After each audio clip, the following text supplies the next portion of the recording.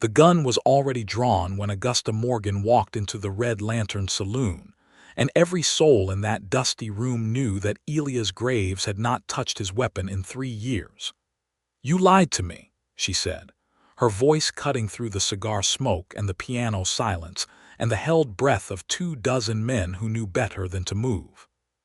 Her dark eyes were red-rimmed, but her hands were steady, and she stood in the doorway with the Nevada sun blazing behind her like she had been sent by God or the devil, and nobody in Copperfield could say which. "You stood in my kitchen and you looked me in the face, and you told me that what happened to Daniel was an accident." Elias did not move from his chair. He sat with his hands flat on the table, the cards fanned out in front of him, the whiskey glass untouched beside his right hand. He was a broad-shouldered man with a jaw that looked like it had been carved from mesquite wood, and his eyes, gray as winter sky, did not waver from hers. The scar along his collarbone was hidden beneath his shirt, but she knew it was there. She had touched it once. In a moment she had replayed every single night since. "I never told you it was an accident," he said quietly. The denial hit her like cold water. She took one step forward and the door swung shut behind her, and the room seemed to contract around them both, as if the walls themselves were leaning in to hear what happened next. "Then what did you tell me?" she demanded. "I told you he was gone," Elias said, "and that you and those children would be provided for. That is every word I ever spoke on the matter." Augusta's throat worked. She reached into the pocket of her calico dress and drew out a folded letter, creased so many times it had gone soft at the seams, and she held it up between them like evidence. "Then explain this," she said. "Explain why your name is in a letter written by a dead man, and why that letter says you were the last person to see my husband alive, and why you have been sitting in my parlor for 6 months feeding my children biscuits and teaching my son to tie a proper knot, and never once said a single word about what you know." The room did not breathe. Elias looked at the letter. Then he looked at her. And something in his gray eyes shifted, some great carefully constructed wall developing its first honest crack, and Augusta saw it happen, and it terrified her more than the silence had. "Sit down, Augusta," he said. "I will not sit down." "Please," he said, and the word came out raw and undefended, stripped of everything. Just a man asking a woman for a moment of grace he was not sure he deserved. "Please sit down and let me tell you the truth. All of it. From the beginning." She sat down, and the truth, when it came, was nothing like what she had feared, and somehow worse and somehow better, and it would remake everything she thought she understood about the last 3 years of her life. But to understand what happened in that saloon and why it mattered, and why that moment was not the end of anything but the beginning of the only thing that had ever truly counted for either of them, you have to go back to the morning of October the 3rd, 1882, when Augusta Morgan first arrived in Copperfield, Nevada, with 2 children, 1 trunk, $40, and a grief so fresh it still bled at the edges. The stagecoach from Reno had been delayed by a broken wheel axle outside of Palisade, and by the time the dusty conveyance rattled into Copperfield's Main Street, it was past 2 in the afternoon, and the autumn sun had already begun its early descent behind the Humboldt Range. Augusta stepped down from the coach with her daughter Clara on one hip and her son Thomas clutching her free hand, and she stood in the street and looked at the town that was supposed to be her new life, and felt nothing but the particular hollowness that comes after you have cried everything you have inside you, and there is simply nothing left. Copperfield was not a beautiful town. It had grown up fast around a silver strike in '78, and it showed its origins in the haphazard way the buildings had been thrown up, adobe and rough timber jostling shoulder to shoulder along a main street that turned to sucking mud when it rained and cracked like old leather when it did not. There was a general store, a land office, a doctor's office, 2 saloons, a church that doubled as a schoolroom, and a scattering of houses spreading out toward the hills on either side. The population in the '82 census had been listed as 231. It felt smaller than that when you were standing in the middle of it alone.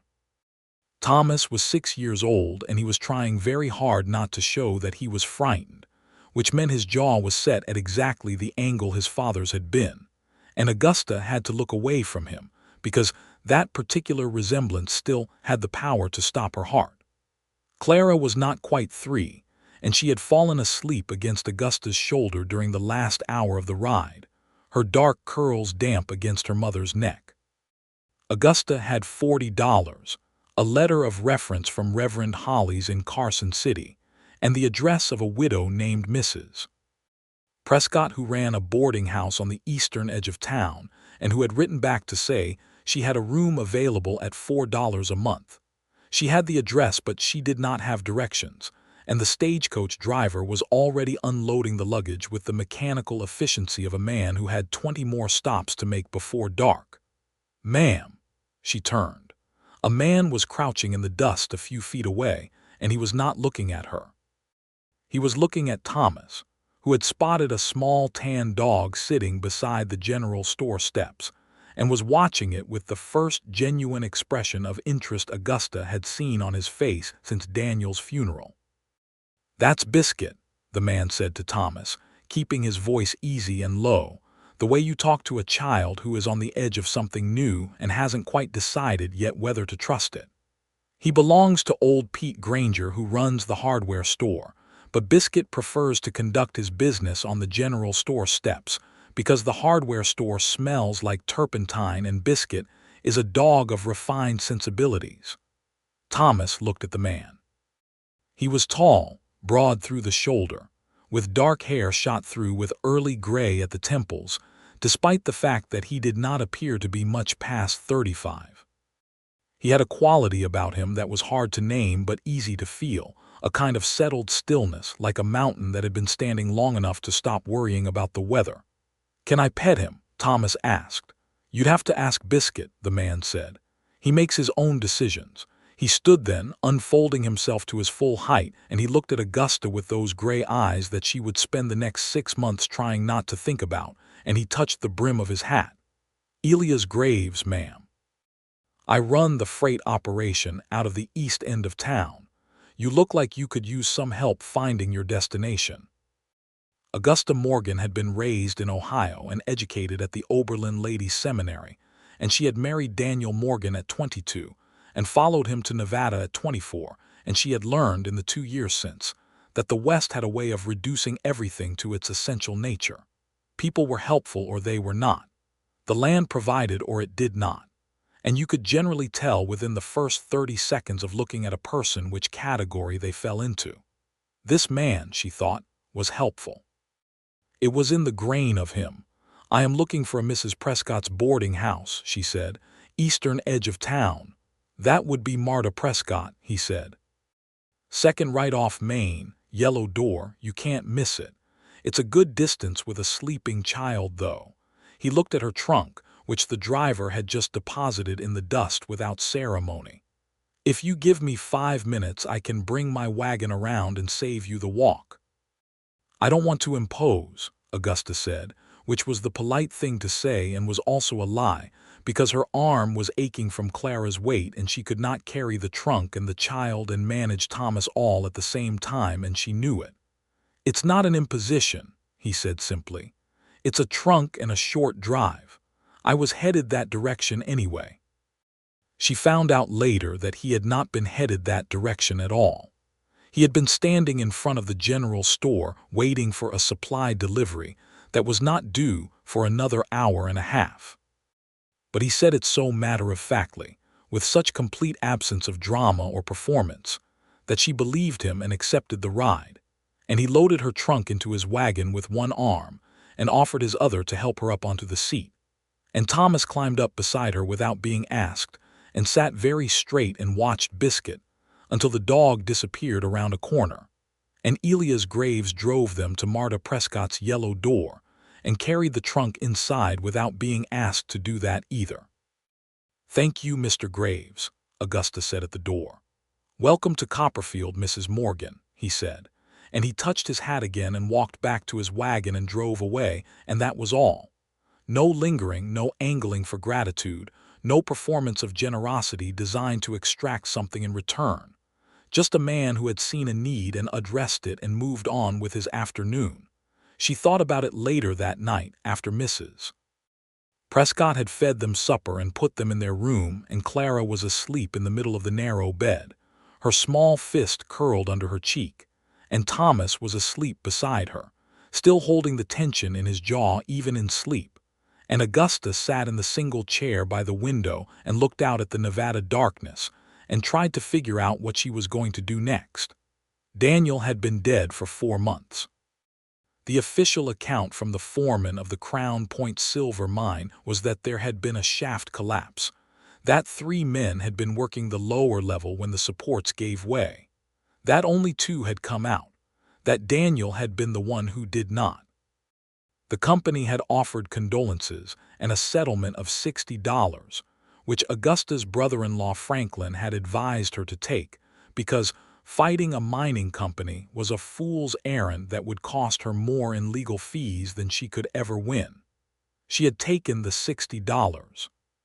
She had used 30 of it for the stage fare to Copperfield, where the widow of a man she had known in Ohio, a woman named Helen Briggs, had written to her and told her there was work to be had, honest work, teaching at the school that Reverend Whitmore ran in the church building, because the schoolteacher who had been doing it had recently married and moved to Sacramento. The $60 was gone now except for the 40 she had left. The teaching position paid $12 a month. The boarding room was $4. That left $8 a month for food and clothing and everything else, which was not enough, and she knew it, and she needed to find a way to make it enough. She was 28 years old. She had 2 children and no husband and no family within 800 miles. She was in a silver town in Nevada that smelled of dust and sulfur and ambition, and she was starting over from the absolute bottom, and she was terrified in a way she could not show to anyone, because she was the one other people were looking to. And you cannot fall apart when you are the only solid thing your children have left. She fell asleep in the chair thinking about Thomas's face when he'd looked at that dog, the first real light in his eyes in 4 months, and then she woke at dawn and started building her new life one careful piece at a time. The school kept her busy from Monday through Friday and sometimes Saturday mornings when children needed extra help with their letters. She had 12 students ranging in age from 5 to 14. And she ran her classroom with the quiet authority of someone who understood that children needed structure the way they needed food, consistently and without drama.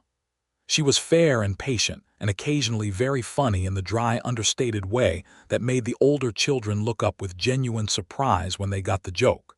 And within a month, the parents of Copperfield had formed opinions about the new schoolteacher that were uniformly positive. It was Mrs. Haverford, whose son James was one of Augusta's students, who told her in November that Elias Graves had not always been in the freight business. He had come to Copperfield 2 years ago from Texas, she said, and before Copperfield he had been a lawman, a deputy sheriff in a town called Perdition in the Guadalupe Mountains, and before that he had been something else entirely that Mrs. Haverford declined to specify, though her eyebrows performed the specification for her. "He is a good man," Mrs. Haverford added quickly, in the tone of someone correcting a potential misimpression. "Whatever he may have been before. He is a good man now, and Copperfield is fortunate to have him." Augusta filed this information in the part of her mind reserved for things that were interesting but not yet relevant, and did not think about it again for several weeks. She was occupied with the school, with Thomas's stubborn refusal to make friends with the other children, with Clara's ear infection that Dr. Renner treated with a course of carbolic wash that made Clara scream with indignation, with the arithmetic of $8 a month and how to stretch it far enough. It was Thomas who brought Elias Graves back into their lives, as children so often bring people back who have made some impression on them. In late November, on a cold Saturday morning when Augusta had no school and was walking with the children along the edge of town, they passed the freight yard where Elias was loading a wagon with supplies for a mine camp up in the hills. Thomas stopped walking. He watched the loading operation with the focused attention he gave to everything mechanical, the ropes and the pulleys and the practiced efficiency of the men working together. And then he walked up to the fence and said, clearly and without preamble, "What is that knot called?" Elias looked up. He looked at the boy for a moment, then at the rope in his hands. "This one is a bowline," he said. "It's a sailor's knot. Doesn't slip under load." "Can you show me?" Thomas asked. Augusta was already moving to redirect him, already forming the polite apologetic sentence about not bothering the man, but Elias had already set down his portion of the load and crouched to Thomas's level, and was demonstrating the knot with patient, deliberate hands, talking Thomas through each step. He did not look up at Augusta. He was entirely focused on the boy, on making the demonstration clear, on waiting while Thomas tried it himself and got it wrong and tried again. "There," Elias said when Thomas got it right. "A bowline. You'll not forget it now." Thomas looked at the knot in his own small hands with the expression of someone who has just acquired something permanent, something that will not be taken away. "Thank you," he said, in the serious way he had, like a small adult. "You're welcome," Elias said. He stood, and for the first time he looked at Augusta, and she saw something flicker in his gray eyes that she could not quite name, something that had no business being there and that she was quite sure she had imagined. "Mrs. Morgan, good morning." "Good morning, Mr. Graves," she said. Clara chose that moment to hold up her arms toward Elias, which was extraordinary because Clara did not go to strangers. She was a cautious child, a study-you-before-committing child, and she had been pressed against Augusta's leg since they stopped. But she reached her small arms up toward this large, quiet man as if she had made a decision about him without requiring any further information. He looked at Augusta, asking permission with a glance. She nodded, not quite sure why. He lifted Clara easily, settled her against his shoulder, and Clara immediately put her small hand on his collar and peered at the buttons on his jacket with the systematic interest she brought to all new objects. They stood there in the cold November air for 5 more minutes and talked about nothing in particular, about the weather and the school and how Thomas was settling in. And it was the most natural conversation Augusta had had since arriving in Copperfield, easy and unhurried, without the slightly performative quality that conversations with new acquaintances often had. And when they walked on and Clara waved goodbye from Augusta's arms and Thomas walked with his bowline rope in his hand, practicing the knot over and over, Augusta thought about what Mrs. Haverford had said and decided that whatever Elias Graves had been before, he was exactly what he appeared to be now. But she was wrong about that. Or rather, she was right about what he was, but wrong about what he knew, and the difference between those two things would take 6 months to become clear. December brought the first hard frost and a letter from Augusta's brother-in-law Franklin, written on law office stationery in the precise hand of a man who believed that exactness was a virtue second only to profitability. The letter informed her that Daniel's estate, such as it was, had been settled. There was a small outstanding debt to a merchant in Carson City, and after the debt was paid, there was nothing left. Franklin expressed his regrets with the efficient sympathy of someone who had other letters to write, and suggested that if Augusta was finding her situation difficult, she might consider returning to Ohio, where there were more opportunities for a woman in her position. Augusta set the letter on the table and looked at it for a long time. Then she wrote back to Franklin and thanked him for his trouble, and told him she was finding her situation perfectly manageable, and that she would not be returning to Ohio. She was not finding it perfectly manageable. She was finding it brutally hard in ways she could not enumerate in a letter.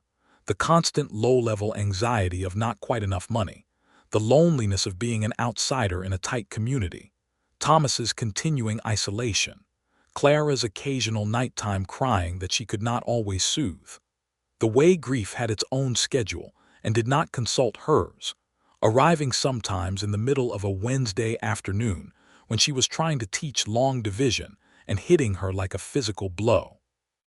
But she was managing, and she was not going back to Ohio. It was the week before Christmas when Elias Graves appeared at Mrs.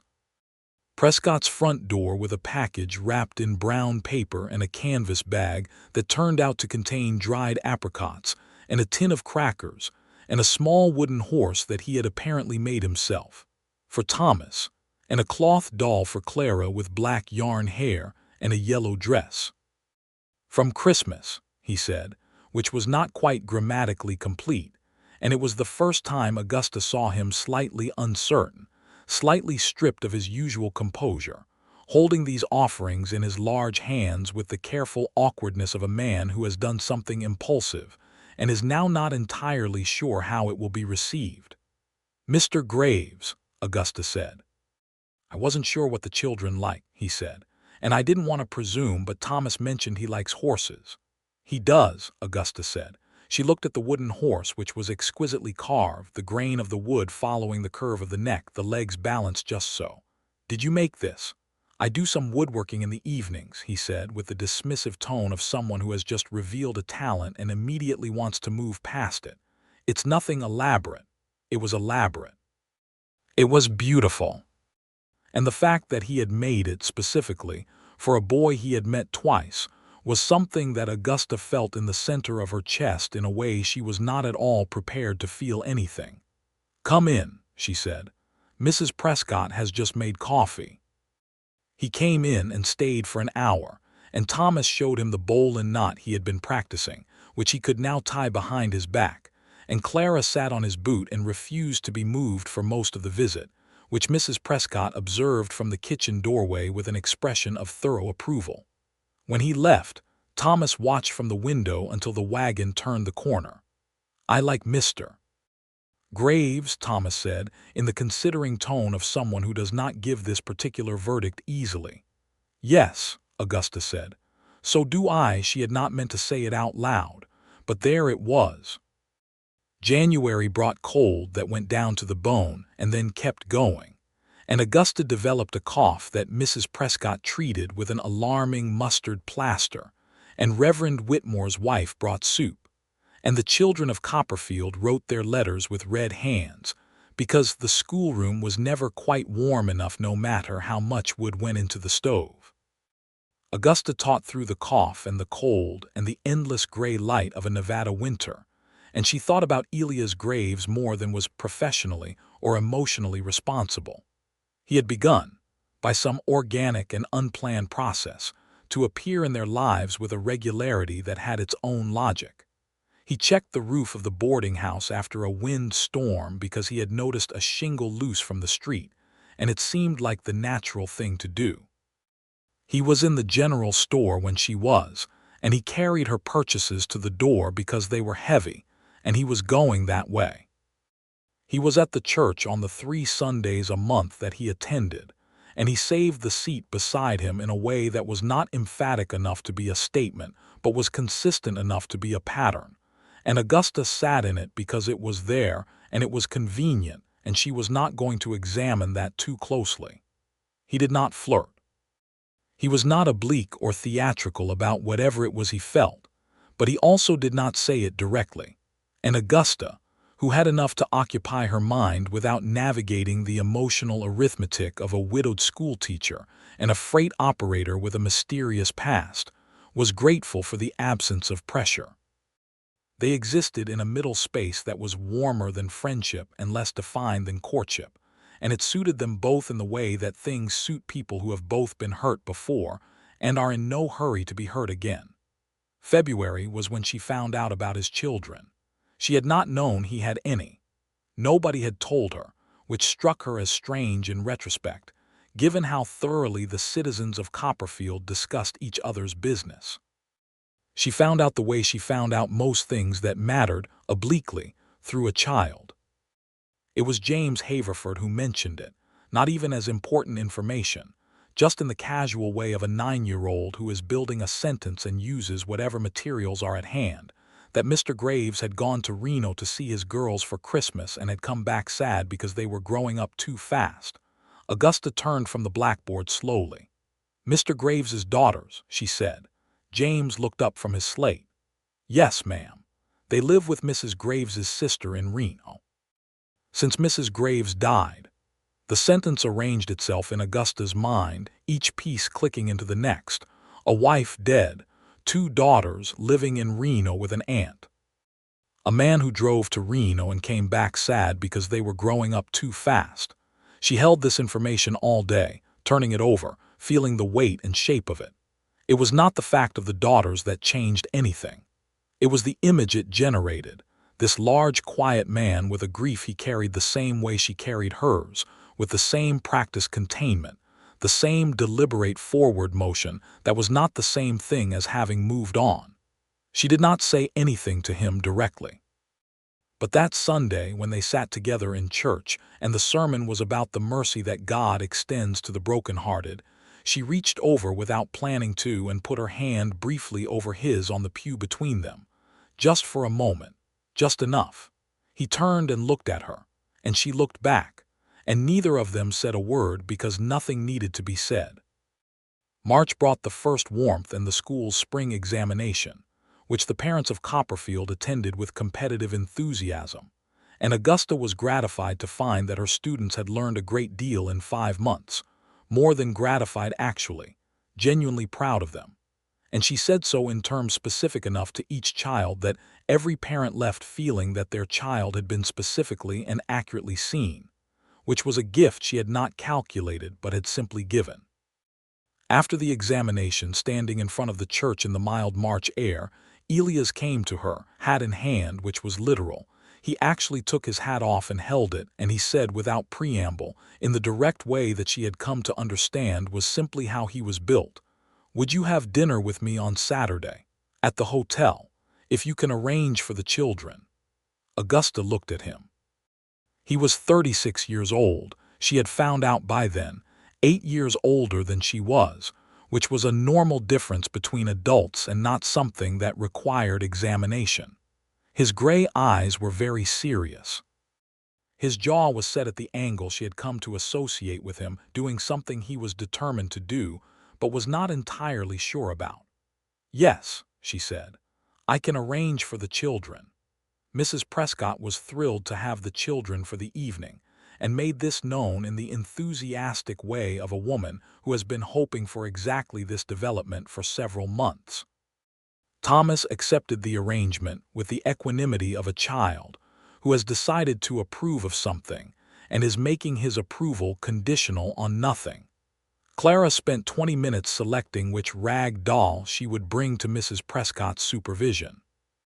The hotel dining room was the best restaurant in Copperfield, which was not a high bar but made a genuine effort, with white tablecloths and candles on the tables, and a cook who had trained briefly in San Francisco before circumstances had redirected his career to Nevada silver country. Augusta wore her blue wool dress, the best one, and she put her hair up in the way that took longer but looked better, and then felt slightly embarrassed at herself for caring about it, and then decided she was allowed to care about it and went ahead with the hairpins. Elias was already there when she arrived, which she noted with a private satisfaction, and he stood when she came in and pulled the chair out for her with the practiced ease of a man who had done that before and was not performing it. He had cleaned up well, which was its own kind of compliment, the effort visible and genuine. They talked for 2 hours and ate food that was better than average and drank coffee that was not remarkable, and the conversation moved without effort through the history of each of them. Not the full history, not yet, but the shapes of it, the outlines. She told him about Ohio and the seminary and about meeting Daniel, and she watched his face for any sign that a dead husband was a burden to him, but there was none. He received the information simply and with respect. He told her about his time as a deputy in Texas, in brief terms that did not quite complete the picture, but suggested a history more complicated than he was prepared to give in a first dinner, and she did not press because she understood the architecture of not being ready. He told her about his daughters.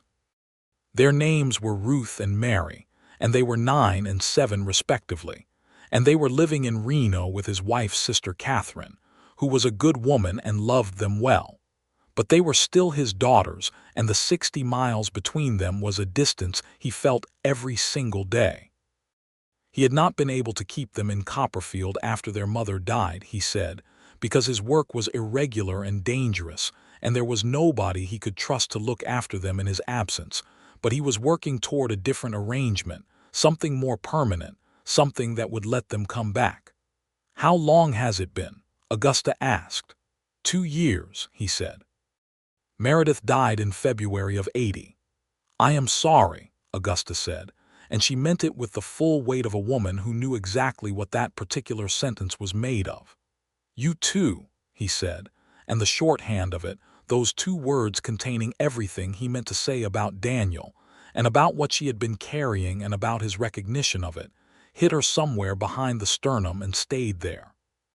They walked back to Mrs. Prescott's under a sky full of stars, the kind of sky you only get in desert country where the darkness is total, and the stars are not decorative but structural, the whole dome of them blazing overhead. They walked close enough that their arms occasionally touched and neither of them moved away. At Mrs. Prescott's gate he stopped and she stopped, and the night was very quiet around them. "I would like to do this again," he said. "If you would." "I would," she said. He smiled. It was not a common occurrence, that smile, which was exactly why it was so affecting when it appeared, complete and genuine, changing the whole geography of his face. He touched his hat and said good night and walked back down the street, and Augusta went inside and retrieved her children from a Mrs. Prescott who was vibrating with barely contained curiosity, and she put Clara to bed and listened to Thomas read 3 pages of his primer and kissed them both and sat in her chair by the window, and the sky outside was still full of those impossible Nevada stars, and she thought that she might, possibly, be happy again someday. She was not wrong about that, but the road to it was going to go through some very difficult territory first. April was when Daniel's former work partner arrived in Copperfield. His name was Stuart Calder, and he had been Daniel's closest friend at the Crown Point mine, had drunk with him and worked beside him and been present, according to the company's official account, on the day of the shaft collapse. He had survived. Daniel had not.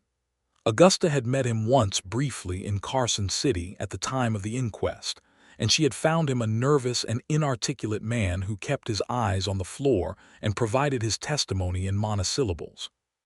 He showed up at the boarding house on a Thursday afternoon, and Mrs. Prescott brought him to the small parlor where Augusta was marking examination papers, and he stood in the doorway twisting his hat in his hands with the same nervous energy she remembered. But there was something else in him now, something that had been working its way up through him for a long time and had finally reached the surface. "I need to tell you something," he said. "About Daniel." Augusta set down her pen. She looked at him steadily. "Sit down, Mr. Calder." He sat. He told her. The shaft collapse had not been an accident. The supports had been cut, deliberately, by men working for the mine's secondary ownership group, a cartel of investors based in Sacramento who had been systematically eliminating witnesses to an ore falsification scheme that had been defrauding the primary investors for 3 years. Daniel had discovered the fraud. He had been planning to report it. He had been given an informal warning and then a formal one, and when he had refused to be silenced, he had been silenced the other way. Stuart Calder had known. He had been paid to know and to say nothing, and he had taken the money and lived with it for 18 months, and it had hollowed him out from the inside until there was nothing left but the shape of a man around the guilt, and he had come to Copperfield because he could not carry it any more, and because Daniel Morgan's widow deserved to know the truth about what had killed her husband. Augusta sat very still through all of this. Her hands were in her lap, and her face was controlled in the way of a woman who has learned that falling apart is a luxury she cannot afford. When Calder finished speaking, she asked him 2 questions. The first was whether he had any of this in writing. He did: letters, documents, a ledger page he had taken from a company office. The second question was whether he had told anyone else. He hesitated. "I told a man in Reno," he said. "A man who used to be a lawman, who I thought might know what to do with the information." What was his name? Augusta asked, though somewhere beneath the controlled surface of her she already had a feeling, the way you get a feeling sometimes before the answer comes, when the pattern is already visible to some part of you that is ahead of the rest. Graves, Calder said. Elias Graves. He came through Reno in January and we talked and I showed him the documents. He told me to come to you.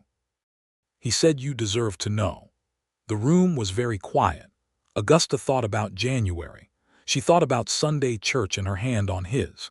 She thought about the March dinner and the stars and everything he had not said, and she thought about Stuart Calder carrying this information for 18 months while Elias Graves had known for 3 months and had not told her, and she tried to find the charitable interpretation and could not. She thanked Calder for coming. She gave him coffee and asked Mrs. Prescott to give him a meal. She sat with him for another hour taking down every detail of what he knew and making notes in her careful schoolteacher's hand. And then she went to find Elias Graves. She went to the freight yard first. His men told her he was at the Red Lantern. She walked to the Red Lantern. She pushed through the doors. And that is where this story began, at the absolute boiling point of everything, with a room full of men and a drawn gun and a letter and a man who sat with his hands flat on the table and said, "Sit down, Augusta, please." She sat down. The room very carefully pretended not to be listening. Elias Graves told her the truth. He had met Calder in Reno in January, he said, when he went to see his daughters. Calder had known who he was from his years in law enforcement and had sought him out specifically, had shown him the documents and told him everything he had told Augusta today. And yes, he had known for 3 months. And yes, he had not told her, and he needed her to understand why. Because, he said, and his voice was very low and very deliberate, the men who ran that scheme are not ordinary criminals. 2 of them are still investors in active mines throughout this territory. One of them has a significant relationship with the Territorial Land Office. If you had gone charging after this the moment you knew, they would have seen you coming and everything Calder brought would have disappeared, and you along with it, possibly. You did not trust me to be careful, Augusta said. I did not trust the situation to protect you, he said, and it was a different thing and they both knew it. I have been working for 3 months, quietly, through contacts I still have from my time in the Marshal's service, to build a channel that gets those documents to federal authorities in a way that cannot be intercepted or suppressed. I was going to tell you. I was waiting until the channel was secure. Augusta looked at him for a long time. The bar's ambient noise had gradually resumed around them, men pretending to have conversations while their attention was entirely fixed on this table. You should have told me, she said. Whatever your reasons, you should have told me. Yes, he said. You're right, I should have. She had expected defense. She had not expected the simple directness of the concession, no hedging, no redirection, just yes and you're right. It disarmed her completely, and she resented being disarmed, and she sat with the resentment for a moment, turning it over, and then she set it down because it was not the most important thing. Where are the documents now? She asked. He reached into his jacket and laid a folded envelope on the table between them. Ready to send, he said. I had a reply from a federal marshal in San Francisco last week. He is coming to Nevada in May. He knows what he's going to find when he gets here. She looked at the envelope. She looked at Elias. She thought about a man who had carried this quietly for 3 months, building a structure to protect her while she sat in the church beside him and had dinner with him and walked under Nevada stars with him and never knew. What does it cost you? She said. This arrangement, what are you risking? Nothing I haven't risked before, he said. That is not an answer. No, he said. It isn't. He looked down at the table at his hands and then back up at her. There are men in Sacramento who will not be pleased when this reaches a federal court. Some of them have long memories. I have dealt with men with long memories before. I'll manage it. You are, Augusta said, and the word she chose was very deliberate, infuriating. Yes, he said, with the ghost of something that was almost the smile she had seen that night in March. I have been told that. She stood up. She picked up Calder's letter and put it back in her pocket. She looked at him for one long moment in which several things happened simultaneously, the last of her anger burning itself down into something hotter and more essential, the recognition of what he had done and why he had done it, and beneath that, deeper than she wanted it to be, the awareness of how much she did not want to walk out of this bar and be away from him. "Come to supper on Sunday," she said, "and bring the copies of whatever documents you have. I want to read everything." He stood. "Augusta," he said. She stopped. "I should have told you," he said again. "Not because it was strategically correct, because you deserve to know. Because it was your loss and your husband and you're right, I'm sorry." Augusta Morgan had heard a great many apologies in her life. She had learned to assess them the way you assess coin, by the ring of them, the weight, the quality of the metal. This one was sound. This one was real. "Sunday," she said, 6 o'clock. "Mrs. Prescott makes a very good roast." He came on Sunday. He brought the documents, all of them, laid out on Mrs. Prescott's kitchen table while Thomas and Clara ate their supper, and then were sent to play. And Augusta read through every page with the focused attention of a woman who had a good mind and was determined to use it. Elias sat across from her and answered her questions when she had them, and did not try to simplify or manage the information. He simply gave it to her straight, and she valued that more than she could say. The scheme had been running since 1878. 3 investors, names known, had been inflating ore reports to drive up stock prices, and then selling before the collapse. At least 4 other men had discovered or suspected the fraud. Daniel Morgan was the only one who had died for it. The others had been paid off or frightened off. Daniel had been neither. He wouldn't have been, Augusta said when she read this part. Her voice was even. He was the most stubborn man I ever knew. He would have died before he let a wrong go unanswered. He was brave, Elias said.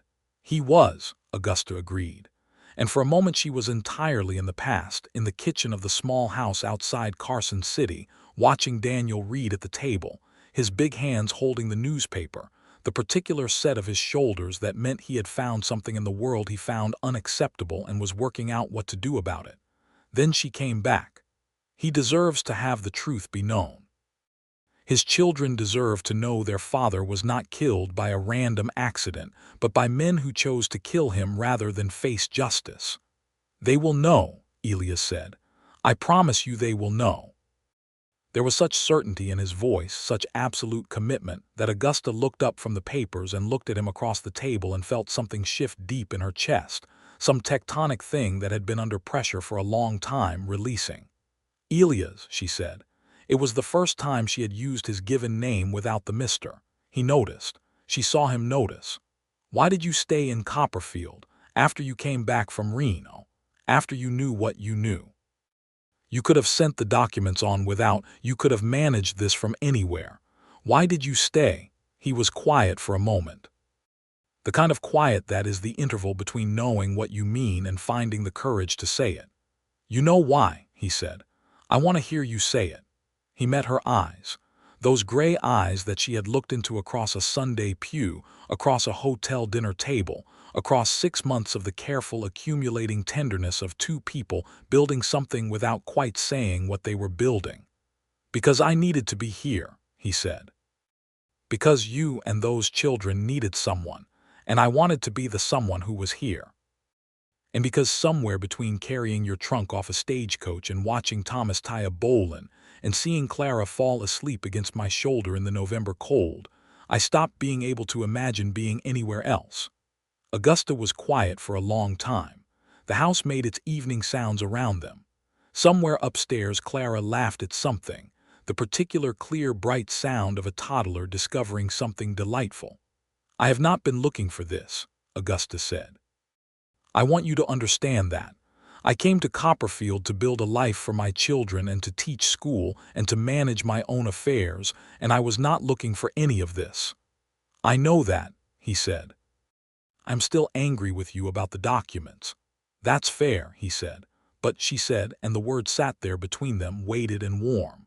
I think you are the best man I have met in a very long time, and I think the children think so too, and I think I would very much like for you to keep coming to supper on Sundays. He looked at her with an expression she had not seen on him before, something open and unguarded, the face behind the face, the man beneath the composure.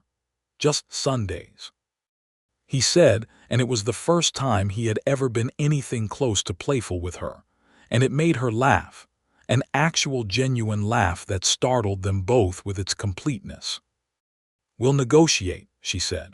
The federal marshal came to Nevada in May. His name was Deering, a compact and methodical man from San Francisco who reviewed every document that Elias presented him with the expressionless focus of a professional, and then requested that Calder come to Carson City to provide sworn testimony, which Calder, his conscience finally lightened toward something approaching peace, agreed to do. It took until July for the formal charges to be filed, and another 2 months beyond that for the arrest warrants to be issued, and during all of that time, Elias kept Augusta informed of every step, every development, every correspondence, faithful to his promise in the Red Lantern Saloon that she would know everything. He was meticulous about it, not from obligation but from understanding, the understanding that this was her right and her story, and that sharing it fully was the only decent thing to do. During those same months, the other thing was happening, the private thing, the thing that had been building since October and now, with the terrible secret cleared away between them, could grow without obstruction. He came to supper on Sundays. He came on Wednesdays too, and then Fridays, until Mrs. Prescott began setting 4 places at the table as a matter of course, and referring to it simply as a given, the way you take a given seriously.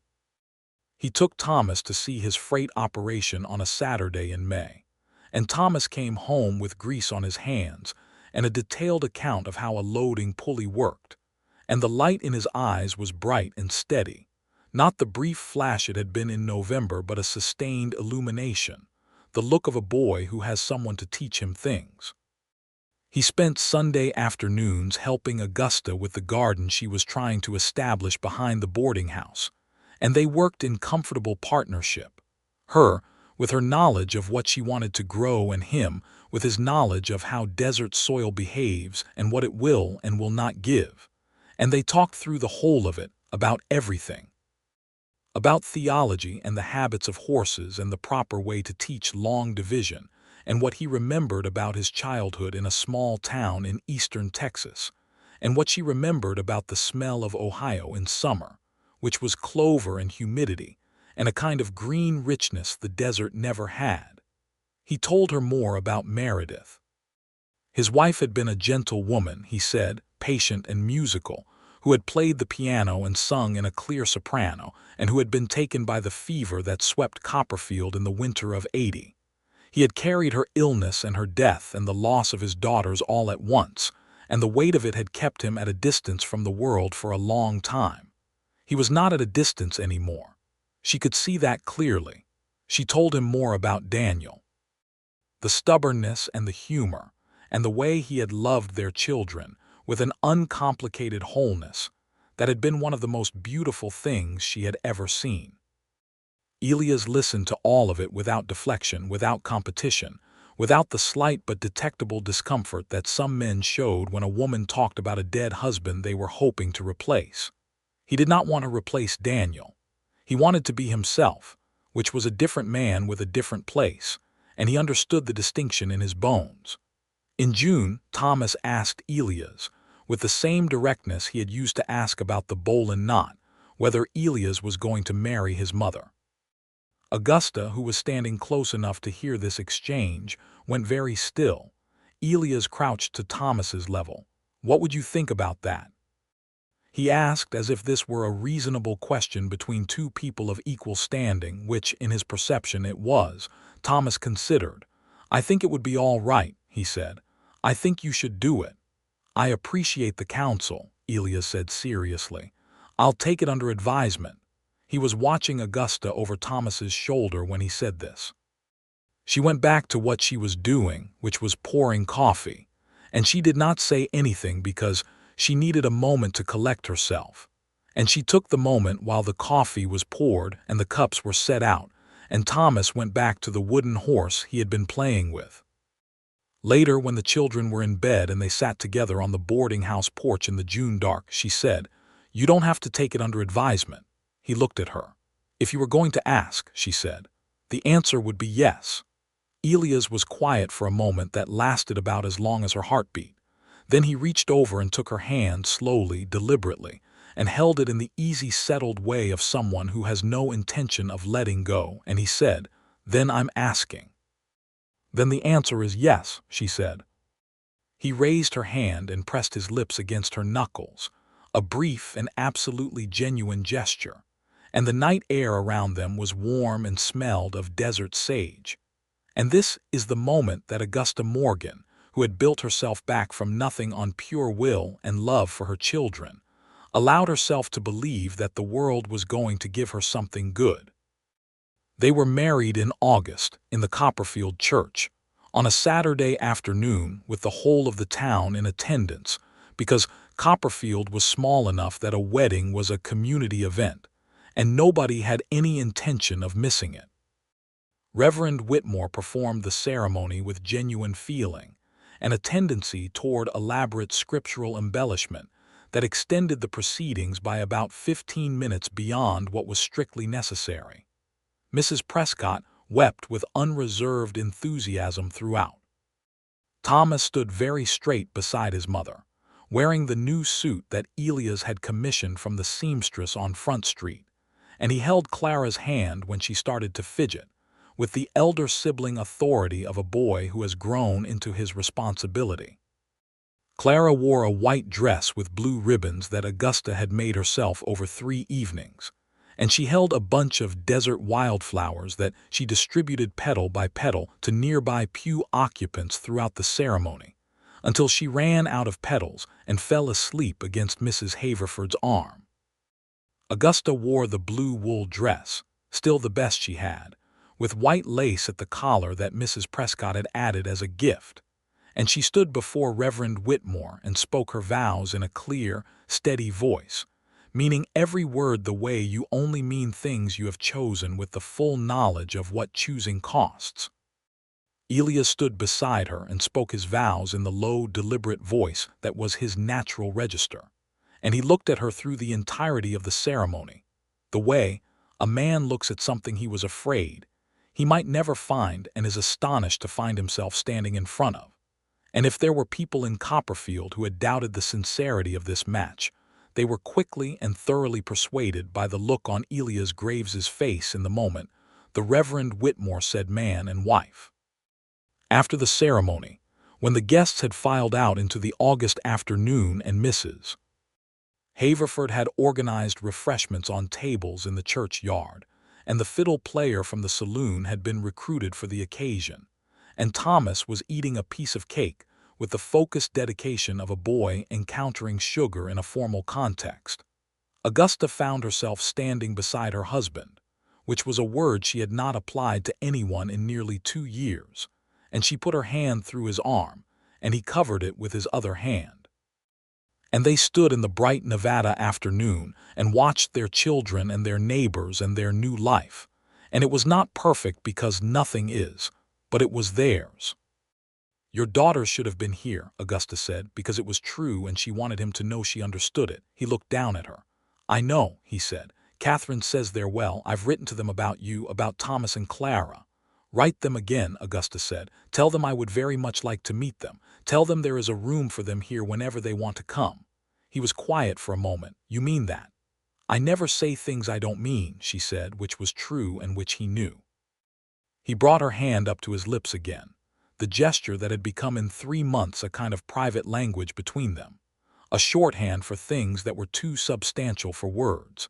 And Augusta turned her face up toward the August sun, and the sky was that particular impossible Nevada blue, and somewhere at the table, Thomas was explaining something to James Haverford with the authority of a 7-year-old who has recently learned a great deal and intends to share it. The charges against the Sacramento investors were fully filed in September. 2 of the 3 men were arrested by October. The third fled to Mexico and was, as far as anyone knew, there still. The mine company was required to compensate the families of the men who had been killed, and Augusta received a formal letter in November, written on heavy paper with official seals, informing her that she was entitled to a settlement of $300, which was not enough to compensate for Daniel's life, but was enough to change the material reality of hers and her children's lives in significant and lasting ways. She put 200 of it in the bank. She used 50 to buy better clothes for the children as winter came on. She gave 20 to the church's poor fund, which she knew Reverend Whitmore would use well. She spent the remaining 30 on a piano, a second-hand upright that she had shipped from a music shop in Reno, and installed in the front room of the house that she and Elias had moved into in September, a proper house with 4 rooms and a garden space and a barn for his horses, a house that was large enough for a family that might, as she was beginning to suspect, be growing. She was right about that. By November she was certain. She told Elias on a Friday evening when the children were in bed and the front room was warm with the wood stove's heat, and he was reading the newspaper that came in from Reno, and she was mending Thomas's shirt, which he had torn in 3 places in a single afternoon through a series of enterprises he had explained at some length but which she had not quite followed. "I need to tell you something," she said. He looked up. She told him. He set down the newspaper with the careful deliberateness of a man who is making sure his hands have something to do, that is, not seizing the person in front of him immediately.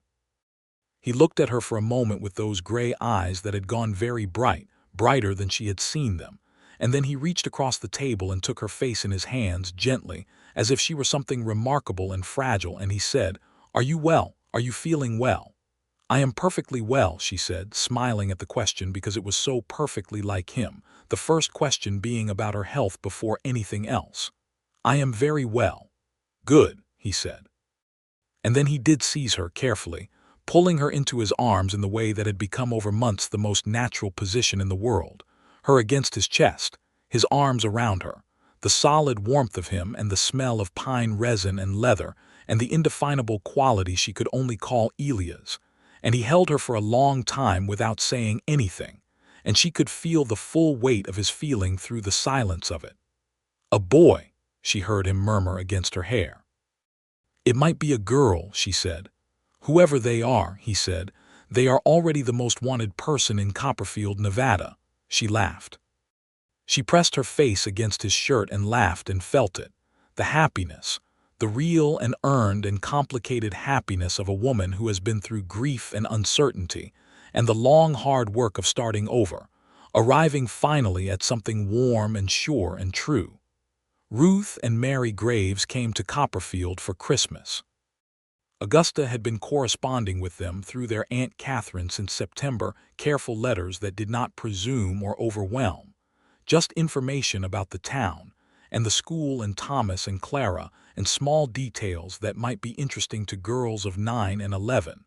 The way Biscuit the dog still conducted his business on the general store steps. The colors that the desert made at sunset. A funny thing Clara had said at breakfast. The girls were not what she had expected, which was that she had not quite known what to expect.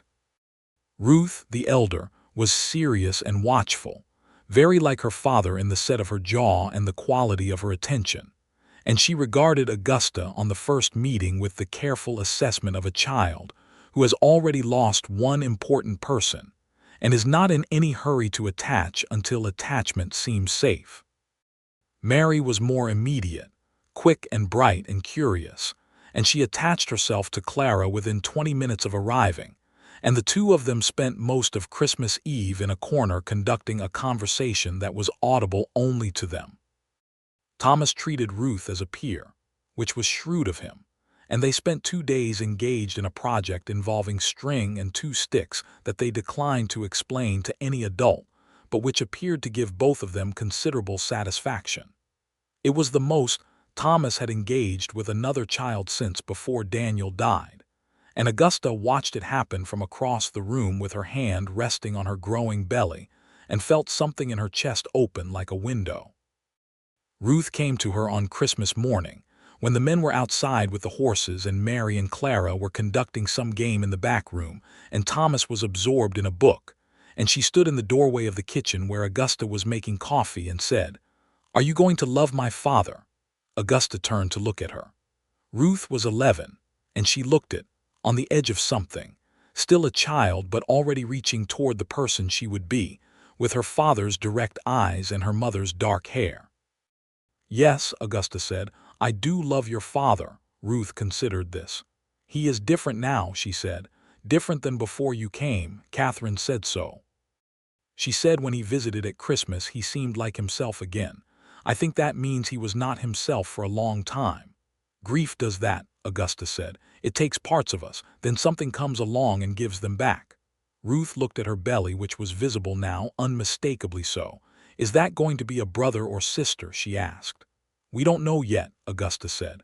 "I hope it's a brother," Ruth said. "I already have a sister and they're a great deal of work."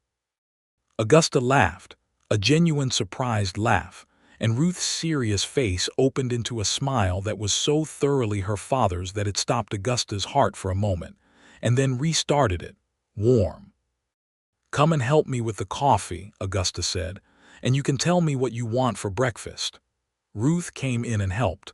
It was, Augusta thought, the beginning of something. She was right about that too. Ruth and Mary went back to Reno in January, but the letters continued, more frequent now, warmer, and in March Catherine Graves wrote to Augusta and Elias and said that she believed the girls were ready to come home if they were wanted. And by home she meant Copperfield, and by wanted she meant by everyone. They were wanted by everyone. Ruth and Mary moved to Copperfield in April of 1883, and the house that had seemed large became exactly the right size. And Thomas and Ruth's ongoing project with string and sticks evolved into something involving a wooden frame and what appeared to be an amateur attempt at a telegraph system, which Elias regarded with the carefully neutral expression of a man who is deeply proud and very slightly worried about the structural integrity of his back fence. Clara and Mary became inseparable in the way of very small children who recognize each other as kindred spirits, a recognition that has its own precise and irreducible logic. Ruth began attending Augusta's school, which placed teacher and stepdaughter in an interesting professional relationship that both of them navigated with the seriousness they shared as a trait, and also with a growing private humor about it. The small exchanged glances when James Haverford said something particularly inadvertent, the way Ruth's handwriting improved week by week, and neither of them mentioned it directly. The baby came in late April, 3 weeks earlier than Dr. Renner had calculated, which meant Elias was in the middle of a supply run to the mine camp when Augusta's labor began, and Mrs. Prescott, who had been detailed for exactly this contingency, arrived at the house with reassuring speed and a basket of supplies, and the confidence of a woman who had attended more births than she could accurately count. Elias came back in the middle of it. He had been told by a rider that the baby was coming, and he had pushed his horses harder than he liked to push horses, and he arrived at the front door dusty and barely short of running, and Mrs. Prescott let him in with the instructions that he was to stay in the kitchen and not make noise, instructions which he followed for approximately 40 minutes before abandoning them and taking up a position in the hallway outside the bedroom door, where Augusta could hear him, occasionally and quietly, in the conversation of a man with himself, which she found extremely comforting. The baby arrived on a Tuesday afternoon in late April, small and furious and red-faced with the indignity of the process. He was a boy, as Ruth had requested. Elias was allowed in when the necessary arrangements had been made, and he came in and sat on the edge of the bed, and looked at his son with an expression of such complete and undisguised awe that Mrs. Prescott had to leave the room to recover herself. "Hello," Elias said to the baby, in the low, careful voice he had used in October of the previous year when he crouched down to talk to Thomas about a knot. The baby, with the arbitrary unpredictability of newborns, stopped crying and seemed to consider him. "He knows you," Augusta said. "Of course he does," Elias said, with a certainty that was entirely irrational and entirely convincing. They named him Daniel because it was right, because the name deserved to continue, because a man who had died telling the truth deserved to be remembered in the most living way available, in a child who would grow up knowing the story and carrying the name forward. Daniel Graves grew. He grew fast and loud, and with the particular personality of a youngest child who has 4 older siblings to learn from, and who considers all of them fair game as an audience. He was walking at 11 months and talking in full sentences before he was 2, and his first fully articulate sentence, delivered at breakfast one morning in a tone of enormous authority to a table of 5 older children, was, "That is my biscuit," which was both grammatically impressive and completely accurate. Thomas was 9 when Daniel was born, and he was, from the beginning, extravagantly fond of his youngest brother, which surprised everyone and surprised no one, because Thomas's love was always thorough when it committed. He taught Daniel the bowl and knot at the age of 3, which meant that Daniel spent a period of roughly 6 months tying everything in the house to everything else, a phase that the family bore with collective patience. Ruth, at 13, had become something that defied easy categorization, a serious and capable young woman who helped Augusta in the school without being asked, who corresponded with an aunt in San Francisco who had opinions about women's education that were considerably ahead of their time, and who had told Augusta on one occasion, with the directness that was the most consistent thing about her, that she intended to study law when she was old enough and that she expected this would surprise some people, and that she had decided not to care about that. "Good," Augusta had said simply, and meant it. Mary, at 11, was bright and social, and had completely absorbed Copperfield as her kingdom, knowing everyone's name and business and conducting negotiations between parties at the schoolyard that would have been impressive in an adult mediator. Clara was her constant companion and co-conspirator, and the two of them together were a force of nature that Elias observed with the specific expression of a father who loves his daughters absolutely, and is also just slightly afraid of them, which was entirely appropriate.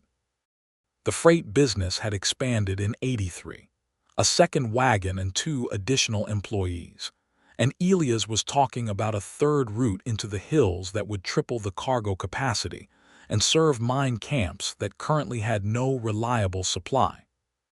He was good at it, the logistics, the relationships, the trust that people put in a man who delivered what he promised and did not inflate his prices when there was a season of shortage.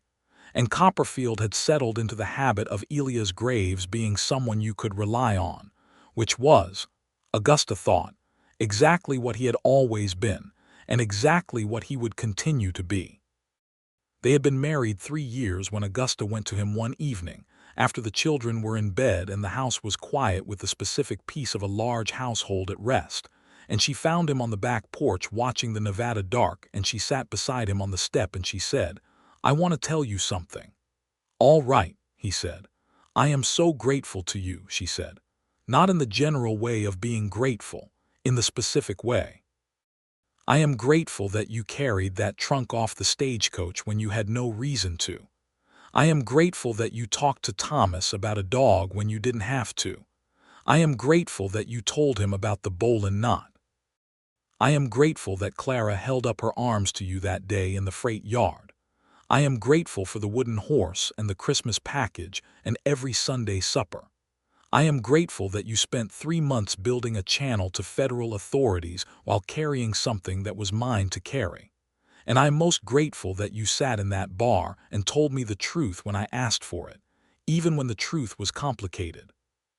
He was looking at the dark while she said this, and she could see the whole of him in the way she could only see him now after years of living in close and honest proximity, the feeling beneath the stillness, the warmth that ran deep in him where people who did not know him could not see it. "I want to tell you something too," he said. "Tell me," she said. "You were kind to my children first," he said. "When I wrote to them about you, when you made a place for them here before you had ever met them. When you told me to write them again." Ruth told me later that the thing that made her decide to trust you was the letter you wrote her in September about Biscuit the dog, because you had listened well enough to what I said about them to know what a girl of 11 might find interesting. She said it made her feel like you had been paying attention to them before she arrived. Augusta was quiet. That told me everything I needed to know, he said, about who you are. And everything I already knew and had been trying to put into words since October of '82, it all became clear. You didn't have to do any of that. You didn't have to make room. You were kind to my children first, before there was any obligation to be, before there was any return in it for you. And that told me everything I needed. She looked at him in the Nevada dark, this man who had appeared in a stagecoach street on a cold October afternoon with no agenda other than the simple impulse to help, and who had become the thing she had not known she was still capable of building, a second life, a second love, not a replacement for the first but something grown alongside it, different in shape and temperature but equally real, equally deep. We are a remarkably strange family, she said. We are, he agreed with a smile. I love it, she said. So do I, he said. Completely. She leaned against him, the solid warmth of his shoulder, and he put his arm around her, easy and certain, and they sat in the Nevada night with the stars blazing overhead in that impossible desert way. And the house behind them held their sleeping children, all 5 of them, Thomas with his books and his bowl in knots, Ruth with her correspondence and her absolute certainty about what she was going to do with her life, Mary with her social architecture and her deep attachment to Clara. Clara herself with her dark curls and her inherited stubbornness that was Daniel Morgan's legacy in her, and young Daniel in his crib, who would have all of them as his context and his compass and his inheritance. Elias, Augusta said. Yes. There is going to be another one, she said. He stilled for a moment, then she felt him take a breath that was enormous and complete. When he said, December, I think, she said. Dr. Renner will know better.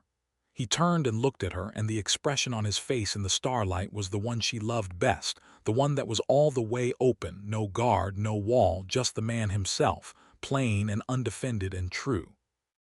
Augusta Morgan Graves, he said. Elias James Graves, she answered. I would very much like to kiss you right now, he said. Then do it, she said. He did. They stayed on the porch long after, because the night was warm and the stars were bright, and they were in no hurry to be anywhere other than exactly where they were, which was the particular luxury of people who have found their place and their person and no longer have to search. The second baby, born in December of 1885, was a girl. They named her Hope, which was perhaps sentimental and perhaps not sentimental at all, but simply accurate, because that is what she was and what they all were. Every person in that house on the eastern edge of Copperfield, Nevada, hope in its various forms, stubborn and earned and gloriously alive. Ruth, at 15, held her new half-sister with the careful authority of a young woman who has studied things and intends to do them correctly, and she said to Augusta over Hope's dark head, She has your eyes. Does she? Augusta said. Yes, Ruth said with satisfaction, as if this settled something she had been considering. That's good. Your eyes are very honest. I have always thought so.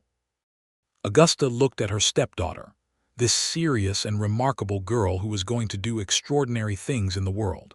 And she thought about an October afternoon and a freight yard fence and a father who crouched down to a boy's level, and talked about a dog with patience and respect. And she thought about kindness as a language, the way it communicates itself before words have a chance to, the way it opens doors that deliberate effort cannot. Elias came in from the back with Thomas and Daniel, who were dusty from some outdoor enterprise and were being directed toward the wash basin, and he stopped in the kitchen doorway and looked at the tableau, Augusta in the chair with the new baby and Ruth standing over them both with that precise attentiveness, and he looked the way he had looked in the church 3 years ago when the Reverend had said man and wife, astonished and grateful and deeply, completely sure. How is she? He asked, meaning Hope, who was 5 days old and had already made her personality known by refusing to sleep at any hour that anyone else found reasonable. "Impossible," Ruth said, which was her way of saying wonderful. "Good," he said. "She'll fit right in." He crossed the kitchen and bent down and pressed his lips to Augusta's hair, and she leaned into him, and his hand came to rest on Hope's small head with the sure gentle certainty of a man who knows how to hold fragile things. And this is the image that should be carried forward. This is the closed and complete and thoroughly earned ending of a story that began with a trunk on a stagecoach street and two red-rimmed eyes and a gun already drawn, and the truth, finally, after everything, coming out into the clean Nevada air. Thomas learned the law and went to Sacramento and wrote home every week. Ruth studied, exactly as she had promised herself she would, and became, in time, precisely who she had decided to be. Mary married a schoolteacher from Elko and had 3 children and visited Copperfield every summer with the full force of her personality and her family in tow. Clara, Daniel Morgan's daughter, who had her father's stubbornness and her mother's clear eyes, taught school like her mother, and loved it like her mother, and chose a man who was kind in the grain of him, just as she had always known to look for. Daniel Graves, the youngest son, the one named for a man he never knew but always knew about, became a surveyor and mapped portions of Nevada that had not yet been mapped, and he carried in his pocket for the whole of his working life a bowl and rope that was his brother Thomas's final gift to him when Thomas left for Sacramento. And Hope, impossible and fierce and beloved, grew up in a house that was always full of people and voices and the smell of Mrs. Prescott's cooking on the holidays and the sound of Augusta's piano in the evenings, and she grew up knowing, because Augusta told her when she was old enough to understand it, the full story of how this family had been made, the loss and the courage and the kindness that had come before the love, and she carried the story the way you carry something essential, not as a weight but as a lantern. Elias Graves lived to be 71 years old, which in Nevada in the latter half of the 19th century was a respectable and complete life. He ran his freight operation until 63, and then his son Daniel took it over and ran it until the railroads made freight wagons obsolete, which Elias had predicted with the mild philosophical acceptance of a man who understood that the world continues to move. Augusta outlived him by 8 years, which she told him was entirely his fault for being too stubborn to outlast her, and he told her from his hospital bed that she was being unreasonable about the arithmetic, and she held his hand through the whole of it, the long ending, the way she had held his hand across a table covered in documents that told the truth about a dead man, the way she had held it in church and in the garden and on the porch under the Nevada stars. After he was gone, their children and their grandchildren gathered in the house that was too big now and too quiet, and Augusta sat in the chair by the window the way she had sat in a chair by a window in a boarding house 30 years earlier, and she looked out at the Nevada dark, and she thought about a man who had carried a trunk off a stagecoach and talked to a frightened boy about a dog, and she thought about kindness as the first language, the one spoken before anything else is known. And she thought that she had understood him correctly from the very first day, on the street in October of 1882, when she had looked at him and thought, "This man is helpful, it is in the grain of him." She was not wrong about that. She was never wrong about that. And the knowing of it, the long-settled certainty of it, was the thing she carried into the years she had left, warm and complete and absolutely sure. In the spring of 1898, Augusta Morgan Graves, retired schoolteacher of Copperfield, Nevada, age 64, sat at the piano in her front room on a Wednesday afternoon and played through the hymns she had learned as a girl in Ohio. And the windows were open, and the desert air came in smelling of sage and new warmth. And somewhere in the back garden her granddaughter, Ruth's oldest daughter, was talking to the family's current dog. A successor to Biscuit 3 generations, removed but bearing the same title, because some things in Copperfield were simply settled. Augusta played to the end of the last hymn, and the notes hung in the desert air for a moment, and then dissolved, and the afternoon was very still and very warm, and Augusta Morgan Graves sat with her hands in her lap and felt, from the center of all that she was and all that she had built, the particular piece of a woman who has loved well and been loved in return, who has told the truth and received it, who has made a place at her table and her hearth for every person who needed one, and who has understood finally and completely that this is enough, more than enough, everything.